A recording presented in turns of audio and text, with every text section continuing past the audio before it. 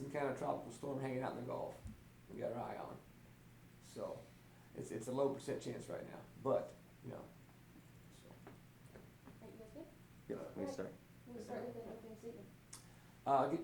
Get ready for UL. Coach has done a great job. Billy done a really good job there. I think the big thing for us, it's a short week, and there's positive to that. We've gone through the short week process here for many years in action.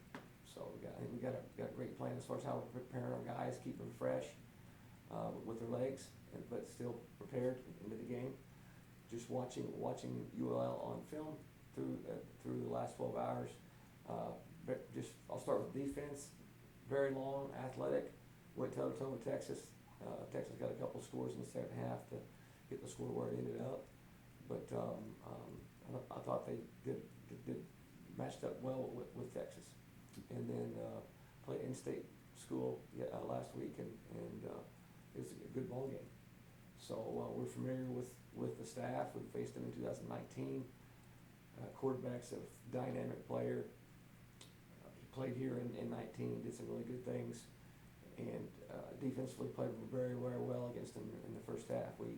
I think 10-3, 10-6 maybe at halftime against them, and they were able to pull away in the second half. But back to this game, our team's excited to get back out there and get our first victory.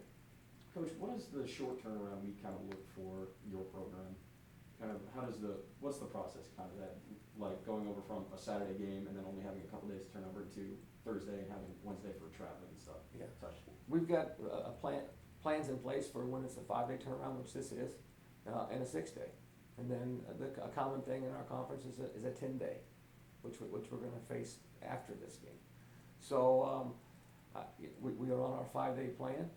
The guys need some rest, and we did some things mentally with them, just filmed yesterday, but kept them off their legs. Today will be a big work day. Last week, Louisiana's Levi Lewis, he completed passes to 11 different receivers. How are your DBs prepared to handle that depth and spread for the receivers? That's a great point. They do a good job on their target chart, which is what you're explaining right there. They spray it around. Like let's just say Syracuse, you kind of knew where their top target was. They do a nice job with spraying it around. So we're going to have to cover the whole field and mix up where the safety help is. The safety help's on the outside guy to the boundary. Sometimes it's to the field guy. It'll be a nice little chess game between Ron and their offensive staff. Coach, it seems like Louisiana is starting to build up a lot about their program. Last year, they were a field goal away from winning the Sun Belt Conference. One of their players that played in the 2019 game, Elijah Mitchell, had a great debut with the 49ers yesterday in the NFL. What can you say just about how much they've kind of grown as a program and on a respect level for them? That's a great point. I think I'm familiar with that process and how it came about. I've said this before. I believe their program was the first program in the conference to invest, I think, a $34 million project in the football facility. That's been, probably 8 years ago, and they were the first ones in the Sun Belt to do that. And I think it has snowballed. Now, Appy State just opened up. You can go down the list. Troy, they were the first ones to do it. They are reaping the benefits of it. Make no mistake about it. With an investment with that kind of capital money, and the things they've gotten done with the facilities, and they are definitely reaping the rewards of it now.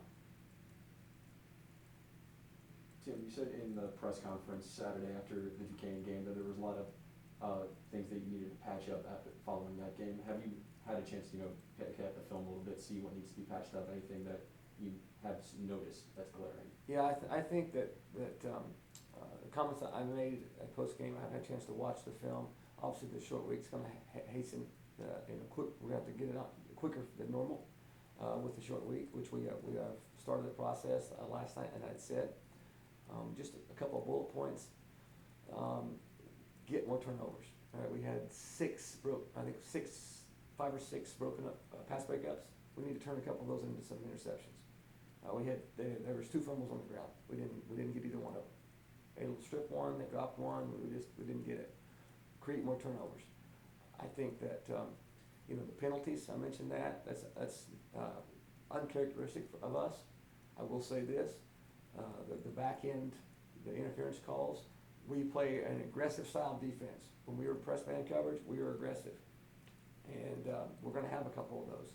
It just happened to be untimely, on 3rd down, for sure 2 of them, But there was minimal foolish penalties. We're gonna get a holding penalty, we had 2, And we have shown to be a team, first game, 0 penalties, we can do it. But we're gonna continue to play aggressive. We're gonna trust our technique and not have full in the back end, but we're gonna continue to challenge receivers. And, again, like I said, be aggressive. Because when you were offensive coordinator, you were mostly up in the press box all the time, but now as the head coach, you're down the sideline. Have you found any difficulties getting adjusted to where you need to be on the sideline or something at any point? I think I've been standing where I need to. I like to stand in certain spots on the field when we have the ball.